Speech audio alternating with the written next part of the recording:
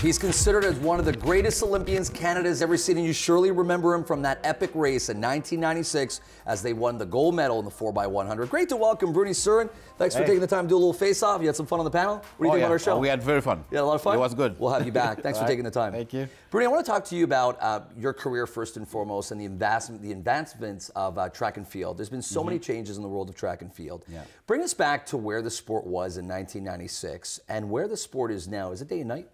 It's day and night. I mean, of course, there's when we're talking about technology, it's better. We have a better track, better races and everything. I mean, in my era, especially biomechanically, we changed the way of running. It was more efficient.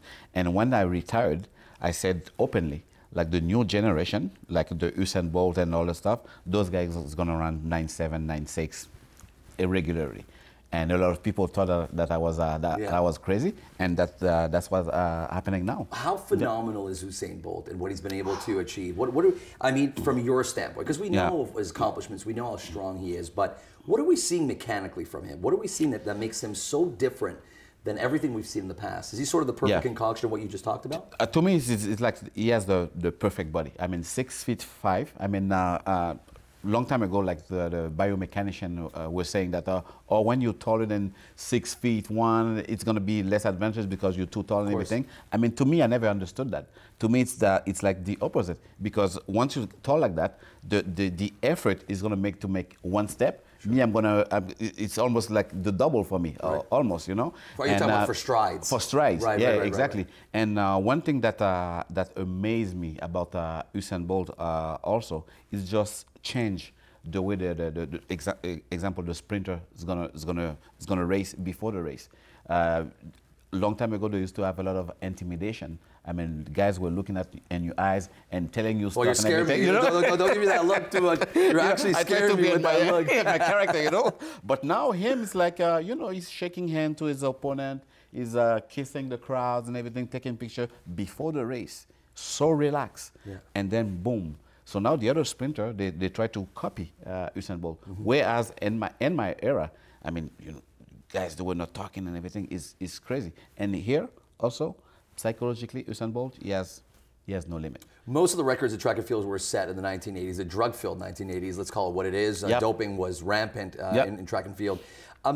Curious to know your opinion on the starting grid when Ben Johnson ran that 100 meters. How many out of the guys who were on that starting grid, in your opinion, were doping at the same time, but Ben Johnson being the go-to fall guy? Of course, that I said if Ben Johnson wasn't Canadian, he was, I don't want to say the country because I don't want to be in trouble because I go there all the time. Nothing would be out. Really? I mean, it would be under the table and everything. It's too bad.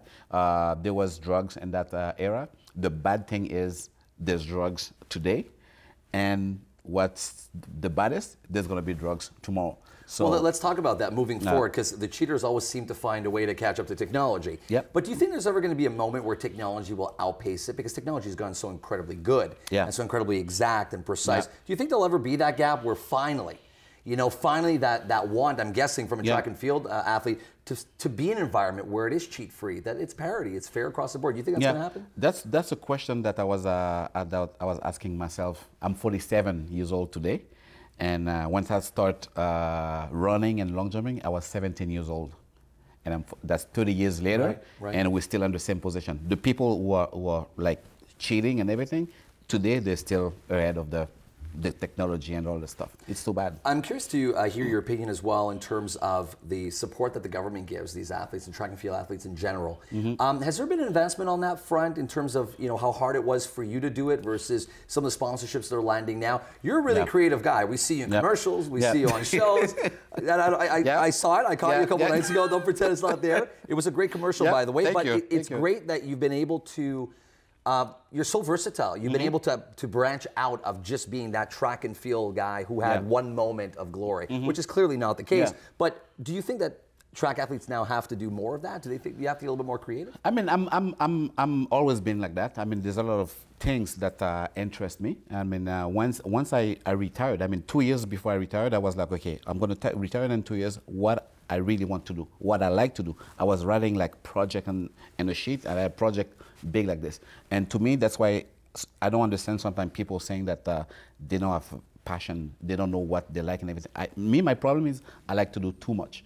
And today I'm in different things. I touch wood, they are working. And I think that, today you have to do that because you never know economic and one business you're going to do, if it's not going to work, you have at least you have something else. I never put all my eggs in the same basket. You know, diversify. You come from a mixed background, obviously representing Canada on the international scene. How was it for you to represent Canada and obviously the homeland as well? I'm sure a lot of people are very proud of what you've been able to accomplish.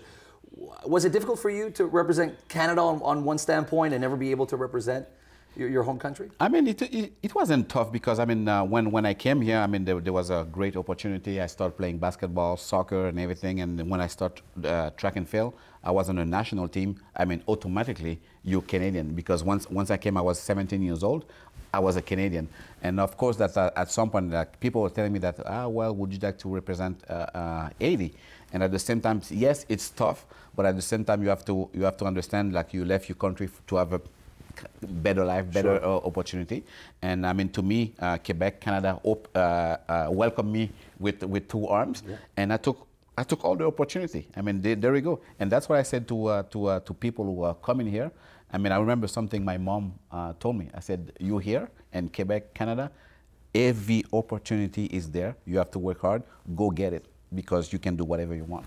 And I think you did a phenomenal job at that, and I respect how versatile you've become. Yeah, thank you. And being an ambassador to Haiti too as well in terms of the image and always being present in these functions. So, congratulations on all that success. Thank you. Real quick before I let you go, looking back at what you've been able to accomplish, I'm not going to ask you what the crowning moment of your career was, because I think you probably already know that, and I think the gold medal is pretty up there. But I will ask you, when you look back at everything you've been able to accomplish, what's the one moment where you were sort of at the crossroad, where it's like, maybe I've made the wrong choice here. Maybe this is not my destiny. Maybe this is not the fate that I wanted.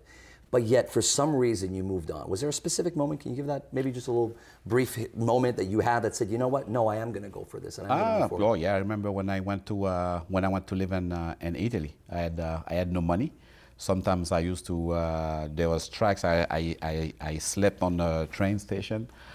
Sometimes I had not enough money to buy food. Where people, sometimes they see me on TV, and people, when they see you on TV, that means automatically you're a millionaire. Of course. And I remember I was looking at my bank account. I mean, oh my God, I was panicking. You know, I was waiting for my Sports Canada checks for the month after. Yeah. And at some point, I'm like, okay, well, I'm not gonna quit. I'm just gonna go. And today, it's all right. 30 years later, 47, on the set of Reid Between the Lines with me.